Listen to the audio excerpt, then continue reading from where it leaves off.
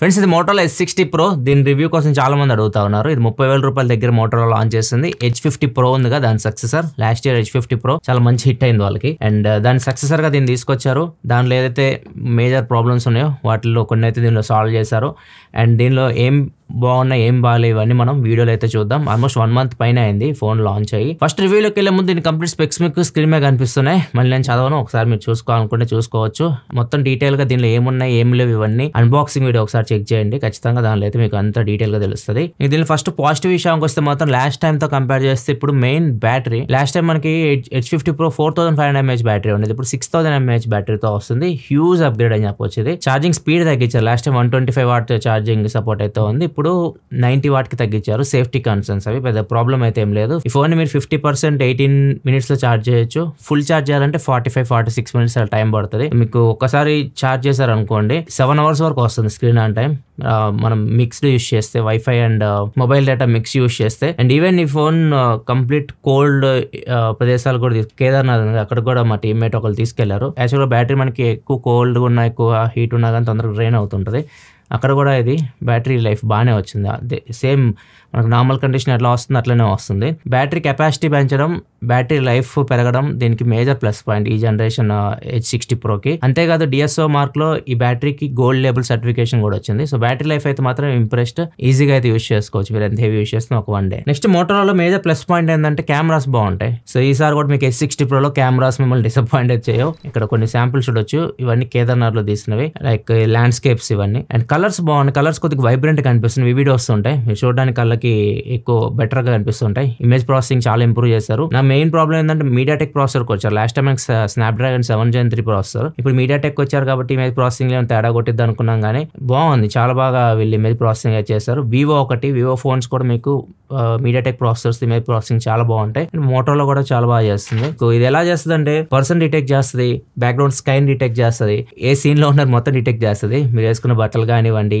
కింద గడ్డి ఇట్లాంటివి ఏదున్నా మొత్తం డిటెక్ట్ చేసి దానికి తగ్గట్టు ఇమేజ్ ప్రాసెసింగ్ చేస్తారు. చాలా బాగుంటాయి. ఫోటో తీసిన తర్వాత మీరు ఇమేజ్ ప్రాసెసింగ్ అయిన తర్వాత లైక్ మీరు ఎడిటింగ్ చేసిన ఫోటోలాగా అనిపిస్తుంది. మీరు ఎడిట్ చేయాల్సిన అవసరం అట్లయితే ఉంటుంది. అండ్ దీనిలో మీకు వైడ్ యాంగిల్ కెమెరా కూడా ఉంటుంది. వైడ్ యాంగిల్ కెమెరా కూడా 50 మెగాపిక్సెల్ కెమెరా, మెయిన్ కెమెరా కూడా 50 మెగాపిక్సెల్ కెమెరానే. వైడ్ యాంగిల్ కెమెరా కూడా కొన్ని శాంపిల్స్ మీరు చూడొచ్చు. సేమ్ మెయిన్ కెమెరాలకు పర్ఫార్మ్ చేస్తుంది. కాకపోతే డీటెయిల్స్ మీకు మెయిన్ కెమెరా అంత అయితే ఉండవు. మీరు జూమ్ చేసినప్పుడు మెయిన్ కెమెరాలో ఏదైతే మీకు డీటెయిల్స్ వస్తున్నాయో అంత డీటెయిల్స్ మీకు వైడ్ యాంగిల్లో ఉండవు. కాకపోతే ల్యాండ్స్కేప్స్ మీరు తీసేటప్పుడు మాత్రం వైడ్ యాంగిల్ కెమెరా కూడా ఇమేజ్ ప్రాసెసింగ్ సేమ్ మీకు మెయిన్ కెమెరాలో కనిపిస్తుంది. టెలిఫోటో లెన్స్ కూడా ఉంది. 10 మెగాపిక్సెల్ టెలిఫోటో లెన్స్ అయితే ఉన్నాయి. 35mm ఉంది, 50mm ఉంది ఫోకల్ లెన్స్. కాకపోతే 85mm దగ్గర మనం ఆప్టికల్ క్వాలిటీ ఇమేజ్ అయితే ఎక్స్పెక్ట్ చేయొచ్చు. 85mm మీరు ఫోటో తీసినప్పుడు మీకు డీటెయిల్స్ చాలా బాగా వస్తాయి. ఏ కండిషన్ లో ఉంది అని నైట్ కానీ ఎక్కడైనా కానీ. కాకపోతే మీరు ఎప్పుడైతే నైట్ కండిషన్ లో 50mm కానీ అట్లాంటి యూస్ చేసినప్పుడు కొంచెం సాఫ్ట్ వస్తుంటాయి ఫోటోస్. 85mm లో మీరు తీసిన చాలా ఫోటోస్ ఇక్కడ చూడొచ్చు. ఇవన్నీ కేదార్నాథ్ లో తీసినవి. చిన్న పిల్లలు బాగా వస్తారు పోర్ట్రేట్స్ ఎప్పుడు చూసినా కానీ. అండ్ ఫ్రంట్ కూడా మీకు 50 మెగాపిక్సెల్ కెమెరా ఉంటుంది. ఫ్రంట్ కూడా మీకు మంచి పర్ఫార్మెన్స్ చేస్తుంది. అండ్ కెమెరాకి ఎటువంటి అప్డేట్ రాలేదు.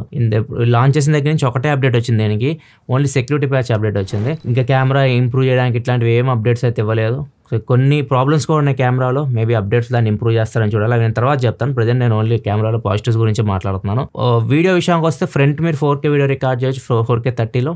బ్యాక్ కూడా మీరు 4K 30 వీడియో రికార్డ్ చేయొచ్చు. అండ్ బ్యాక్ కెమెరాలో మీకు 4Kలోనే అడాప్టివ్ స్టెబిలైజేషన్ అని చెప్పేసి తీసుకొని వచ్చారు. అంటే EAS ప్లస్ OAS మీకు 4Kలోనే ఉంటుంది. అండ్ ఇది మీకు వీడియో క్వాలిటీ బాగానే ఉంది. వీడియో క్వాలిటీ చూడడానికి అయితే బాగానే ఉంది. ఒక్క ప్రాబ్లం ఏంటంటే మనం వీడియో రికార్డ్ చేస్తున్నప్పుడు మీరు స్టాండర్డ్గా ఉంటే ప్రాబ్లం లేదు. ఇలా పెట్టి మీరు వీడియో రికార్డ్ చేసిన ప్రాబ్లం లేదు. ఎప్పుడైతే మీరు ఫోన్ ఇలా మూవ్ చేస్తుంటారో, కెమెరాని మూవ్ చేస్తుంటారు కదా, మూవ్ చేస్తున్నప్పుడు EAS సరిగ్గా ఇంప్లిమెంట్ అయితే అవ్వలేదు వీళ్ళది.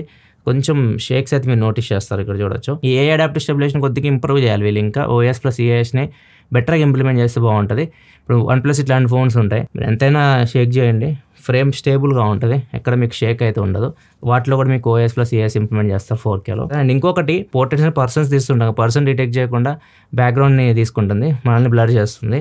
ఇట్లా కొన్ని షార్ట్స్ వచ్చినాయి, ఎక్కువ రాలేదు. అండ్ ఇంకోటి ఎడ్జ్ డిటెక్షన్ మీరు దగ్గరగా ఉన్నప్పుడు ఓకే, కొంచెం దూరంగా వెళ్ళారు అనుకోండి ఎడ్జ్ డిటెక్షన్ అంత పర్ఫెక్ట్ అయితే అనిపించట్లేదు. లైక్ ఎడ్జెస్ మీరు ఒకసారి అబ్జర్వ్ చేయండి, మరి అంత పర్ఫెక్ట్గా అయితే అనిపించట్లేదు. ఎడ్జ్ డిటెక్షన్ కొద్దిగా ఇంప్రూవ్ చేస్తే బెటర్ అనిపించింది. అండ్ ఇంకోటి మ్యాక్రో షాట్స్ తీయొచ్చు. 50 మెగాపిక్సెల్ వైడ్ యాంగిల్ కెమెరా ఉంది, దీని నుంచి మంచి మ్యాక్రో షాట్స్ తీయొచ్చు. కాబట్టి వీడియో రికార్డ్ చేసేటప్పుడు ఫోకసింగ్ ఇష్యూస్ అయితే ఉన్నాయి. అండ్ దీనిలో మేజర్ ప్రాబ్లం లాస్ట్ జనరేషన్ లో H50 Proలో కెమెరా UI భయంకరంగా లాగ్ అయ్యేది. కొంచెం సేపు యూస్ చేసినా కానీ షట్టర్ అసలు పనిచేసేది కాదు. ఇప్పుడు దాన్ని చాలా వరకు ఫిక్స్ చేశారు. ఇప్పుడు కూడా ఉన్నాయి, ల్యాగ్స్ అయితే ఉన్నాయి. మీరు ఏదైనా ఈ ఫోకల్ లెన్స్ మధ్య స్విచ్ అవుతున్నప్పుడు కొద్దిగా ల్యాగ్ అయితే మీరు నోటీస్ చేస్తారు. అండ్ కొద్దిగా హీట్ అయినప్పుడు షట్టర్ కూడా కొద్దిగా ల్యాగ్ అవుతుంటుంది. కాబట్టి లాస్ట్ జనరేషన్ తో కంపేర్ చేస్తే మాత్రం చాలా వరకు వాటిని ఫిక్స్ చేశారు, చాలా తగ్గించారు. ఉంది కానీ కొద్దిగా తగ్గింది. అండ్ ఇంకోటి కెమెరాలో పోర్ట్రేట్ వీడియో తీసేశారు. పోర్ట్రేట్ వీడియో అయితే లేదు.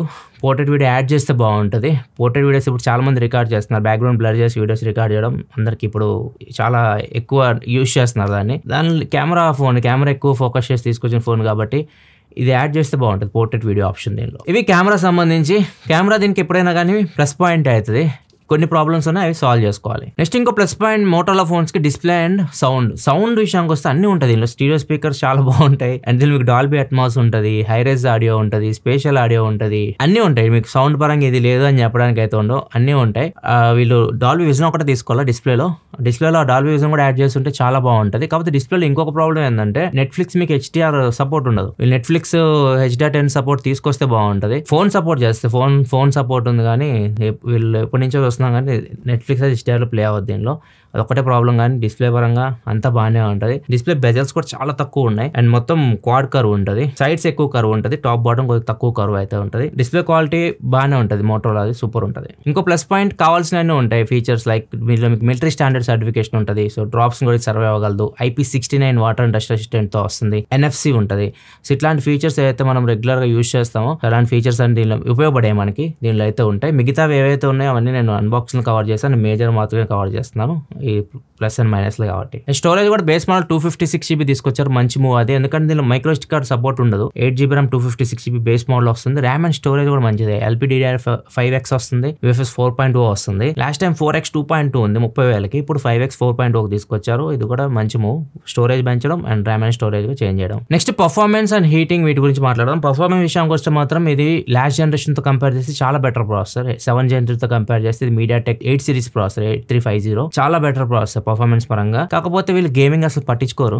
ఇది ఈజీగా 90 FPS హ్యాండిల్ చేయగలదు గేమ్. ఇది మీకు ప్రెజెంట్ 60 FPS లో గేమ్స్ హ్యాండిల్ చేస్తుంది. మేబీ హీటింగ్ ఇష్యూస్ ఇప్పుడు 120 FPS చాలా ఫోన్స్ ఇస్తున్నాయి. 120 FPS గేమ్స్ ఆడుతున్నాం కానీ టెంపరేచర్ 48-50 కూడా వెళ్తున్నాయి కొన్ని ఫోన్స్ అయితే. సో అందుకే ఇండియాలో 120 FPS చాలా లేట్ గా వచ్చింది. ఎందుకంటే మన కండిషన్స్ కి అది అంత సూటబుల్ అయితే కాదు. చాలా బ్రాండ్స్ ఏం చేస్తున్నాయి అంటే ఆపేస్తుంది. ఇప్పుడు Poco X7 Pro తీసుకొని వచ్చి చాలా కాలం అయింది, అది నేను వెయిట్ చేస్తున్నా పెంచుతారు. గేమింగ్ ఫోన్ అది ప్రెజెంట్ 60 FPS తో ఉంది. 90, 120 FPS ఎంతవరకు తీసుకొని రాలేదు. చాలా బ్రాండ్స్ సమ్మర్ కదా, సమ్మర్ టైంలో రిస్క్ తీసుకోవట్లేదు అన్నమాట. ఎందుకంటే బాగా ఫోన్ హీట్ అయిపోయి టెంపరేచర్ ఎక్కువ అయిపోయి బయటకు వచ్చినాయి అనుకోండి, అవన్నీ వాళ్ళకి మైనస్ అవుతుంది కదా. అట్లా కొంతమంది ఆలోచిస్తున్నారు.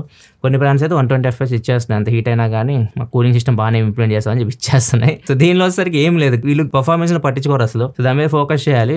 మీరు గేమ్స్ ఆడుకోవాలనుకుంటే ఆడుకోవచ్చు, కానీ ల్యాగ్స్ ఫ్రేమ్ డ్రాప్స్ అయితే ఖచ్చితంగా ఉంటాయి. మీడియం గేమ్స్, చిన్న గేమ్స్ ఉంటాయి కదా, అట్లాంటివి ఆడుకోవచ్చు మీరు. హెవీ గేమ్స్కి వెళ్తే మాత్రం కొద్దిగా డిసప్పాయింట్ చేస్తుంది ఫోన్ మిమ్మల్ని. ప్రాసెసర్ మంచిదే, కాకపోతే ఆప్టిమైజేషన్ అయితే అసలు లేదు. 60 FPS ప్రెజెంట్ గేమ్స్ హ్యాండిల్ చేస్తుంది. ఈవెన్ టెంపరేచర్ కూడా మ్యాక్స్ 60 FPS గేమింగ్ కాబట్టి 43.2 అట్లా రీచ్ అయింది 1 hour గేమ్స్ ఆడితే. అండ్ బ్యాటరీ కూడా 11% డ్రాప్ అయింది. అండ్ దీనిలో టెంపరేచర్ చెక్ చేయడానికి వీడియో రికార్డింగ్ చేస్తాను. వీడియో 4K 30 FPS వరకు వీడియో రికార్డ్ చేయొచ్చు కదా. హాఫ్ అన్ అవర్ కంటిన్యూస్ గా రికార్డ్ చేసి ఎట్లాంటి ఏసీ ఇట్లాంటివి అయితే ఏం లేవు. అది రికార్డ్ చేసినప్పుడు టెంపరేచర్ 49 దాటింది అండ్ ఫోన్ స్విచ్ ఆఫ్ అయిపోయింది. ఫోన్ ఆటోమేటిక్ స్విచ్ ఆఫ్ అయిపోయింది. తర్వాత ఫోన్ టర్న్ ఆన్ అయిన తర్వాత చూస్తే ఈ మెసేజ్ స్క్రీన్ మీద అయితే వచ్చింది. కొద్దిగా సేఫ్టీ కన్సర్న్స్ వల్ల ఫోన్ మీద ఆపేసాం. ఎందుకంటే కొన్ని కండిషన్స్ అయితే ఇచ్చారు. ఫోన్ మీకు ఎక్సెసివ్ గా హీట్ అవ్వడం, హై గ్రాఫిక్స్ గేమ్స్ ఆడడం కానీ ఇట్లాంటి ఏ ఒకటి మనకి ఏదైతే టెంపరేచర్ పెరిగే పనులు ఉంటాయి అవన్నీ చూపిస్తున్నారు అక్కడ స్క్రీన్ మీద. ఇలాంటి పనులు చేసినప్పుడు ఫోన్ సేఫ్టీ కన్సర్న్స్ వల్ల ఆటోమేటిక్ గా స్విచ్ ఆఫ్ అయిపోతుంది. ఇంకో మైనస్ ఏంటంటే ఫోన్ కి కేసు, స్క్రీన్ గార్డ్ వీళ్ళు బాక్స్ ఇవ్వట్లా. స్క్రీన్ గార్డ్ పక్క పెట్టండి, అది ఇచ్చినా కానీ ఉపయోగం లేదు. కేసు ఇవ్వట్లేదు. కేసు ఇస్తే బాగుంటుంది. ఎందుకంటే ఫోన్ చూడొచ్చు, ఇది 3 కలర్స్ లో వస్తుంది. బ్లూ కలర్ ఒకటి ఉంది, గ్రీన్ కలర్ ఒకటి ఉంది, అండ్ ఇంకోటి వచ్చేసరికి గ్రేప్ కలర్ లా ఉంది. 3 కలర్స్ లో ఉంది. గ్రేప్ కలర్ లెదర్ ఫినిష్, ఇది వచ్చేసరికి నైలాన్ ఫినిష్ లో వస్తుంది. ఇది చూడడానికి బాగానే ఉంది ఫోన్.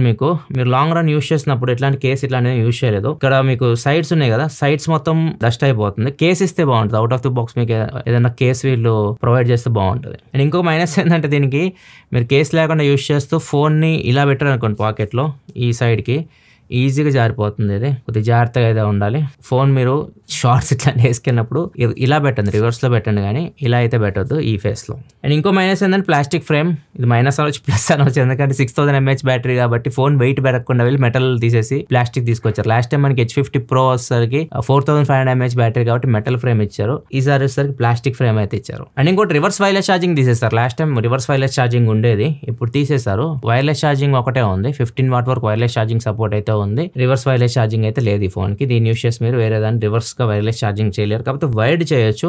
డైరెక్ట్ మీరు వైడ్ ఛార్జింగ్ చేయాలనుకుంటే చేయొచ్చు. దీని పవర్ బ్యాంక్ లో కూడా యూస్ చేయొచ్చు. అండ్ ఇంకొకటి ఏ ఫీచర్స్ ఉన్నాయి అవి అన్ని మీకు అన్బాక్సింగ్ లో చెప్పాను, అవి మీకు ఎంతమందికి ఉపయోగపడితే తెలియదు. కానీ ఇక్కడ AI కీ అని చెప్పేసి ఒకటి ఇచ్చారు. సో దీన్ని మనం లాంగ్ ప్రెస్ పట్టుకున్నాం అనుకోండి, జస్ట్ వీళ్ళు AI ఫీచర్స్ వస్తాయి. అండ్ దీనికి డబుల్ ప్రెస్ కూడా ఇచ్చారు, డబుల్ ప్రెస్ ఫంక్షన్ కూడా ఉంది. ఇక్కడ డబుల్ ప్రెస్ చేస్తే ఇక్కడ చూడొచ్చు నోట్స్ వస్తుంది. ఇట్లే మీకు కొన్ని ఆప్షన్స్ అయితే ఉన్నాయి. ఇక్కడ ఏమైనా ఎక్స్ట్రాగా యాడ్ చేస్తే బాగుంటుంది. డబుల్ ప్రెస్ కి ఏదన్నా మనం ఏదైనా యాప్ ఓపెన్ చేసే విధంగా కానీ ఇట్లాంటి ఇస్తే బాగుంటుంది. ఓన్లీ AIకి మాత్రమే దీన్ని యూస్ చేస్తున్నారు. AI కీ అని అందుకే పేరు పెట్టినట్టున్నారు దీనికి మనం యూస్ చేసే రెగ్యులర్గా యూస్ చేసే పనులు ఉంటాయి కదా, ఏదైనా క్విక్గా ఒక యాప్ని లాంచ్ చేయడం కానివ్వండి. అండ్ సైలెంట్ కి రింగ్ కి మధ్య మనం స్విచ్ అవుతుంటాం కదా, మనం చాలా ఫోన్స్ లో చూస్తుంటాం, యాపిల్ ఫోన్ లో కానీ OnePlus ఫోన్స్ లో కానీ మ్యూట్ స్విచ్ అని ఇస్తుంటారు కదా, ఆ టైప్ లో ఏదన్నా ఫంక్షన్ యాడ్ చేస్తే బాగుంది అనిపించింది AI కీకి. ఇది ఫ్రెండ్స్ ఓవరాల్ గా Motorola H60 Pro 30,000 రూపాయలకి ఫోన్ కొనవచ్చా అంటే, ఒకవేళ మీరు డిస్ప్లే, సౌండ్, కెమెరా, బ్యాటరీ ఇవన్నీ మీకు బాగుండాలి, గేమ్స్ నేను ఎక్కువ ఆడను, గేమింగ్ అసలు నాకు సంబంధం లేదు అనుకుంటే అప్పుడు ఈ ఫోన్ మీరు చూస్ చేసుకోవచ్చు. మీరు ఎవరికైనా మీ సిస్టర్కి కానీ, మదర్కి కానీ, ఫాదర్కి కానీ గిఫ్ట్ వాళ్ళని ఇవ్వచ్చు. సో అన్ని డిపార్ట్మెంట్లో ఇది బాగానే ఉంటుంది. ఓన్లీ ఇక్కడ ఒక్కదానిలోనే కొంచెం బ్యాక్ ఉంటుంది, పర్ఫార్మెన్స్ గేమింగ్ దగ్గర కొద్దిగా బ్యాక్ అయితే ఉంటుంది. Motorola ఫోన్స్ అన్నీ అలానే ఉన్నాయి, ఇప్పుడు వచ్చే ఫోన్స్ అన్ని, ఈవెన్ Edge 60 Fusion కూడా అలానే ఉంది. వీళ్ళు పర్ఫార్మెన్స్ ఎక్కువ ఫోకస్ చేయట్లేదు. అండ్ ఇంకోటి అప్డేట్స్ కూడా చాలా లేట్గా అయితే ఇస్తారు వీళ్ళు. సో అప్డేట్స్ కొంచెం వీళ్ళు కొద్దిగా బెటర్గా ఇస్తే బాగుంది అనిపిస్తుంది నాకు. సో మంచి ఫోన్ ఇది, 30,000 దగ్గర మంచి ఫోన్. ఇంకా ఫ్యూచర్లో రేట్స్ తగ్గుతుంది, 27,000కి 26,000 కూడా వస్తుంది. అంతమించి తక్కువకి అయితే రావట్లేదు. లాస్ట్ టైం కూడా చూసి H50 Pro మనకి అంతమించి తక్కువకి అయితే రాలేదు, ఎందుకంటే ఎక్కువ మంది కొంటున్నారు. H50 Pro కూడా చాలా మంది కొన్నారు, ఇది కూడా చాలా మంది కొంటున్నారు, చాలా మంది ఇంట్రెస్ట్ చూపిస్తున్నారు H60 Pro మీద. ఇది ఓవరాల్ H60 Pro రివ్యూ అయితే. మీరు లాస్ట్లో ఒక నిమిషం చూస్తే మాత్రం ఏం అర్థం కాదు, మళ్ళీ వెనక్కి వెళ్ళండి. లాస్ట్ వచ్చి చెప్తాను నేను, ముందుకెళ్ళి మొత్తం వీడియో చూడండి, కంప్లీట్ డీటెయిల్గా ఫోన్ గురించి తెలుస్తుంది మీకు. వీడియో ఇస్తే లైక్ చేయండి, మన వీడియోస్ కోసం మన ఛానల్ సబ్స్క్రైబ్ చేసుకొని ఫాలో అవుతున్నాను. Thanks for watching, bye bye.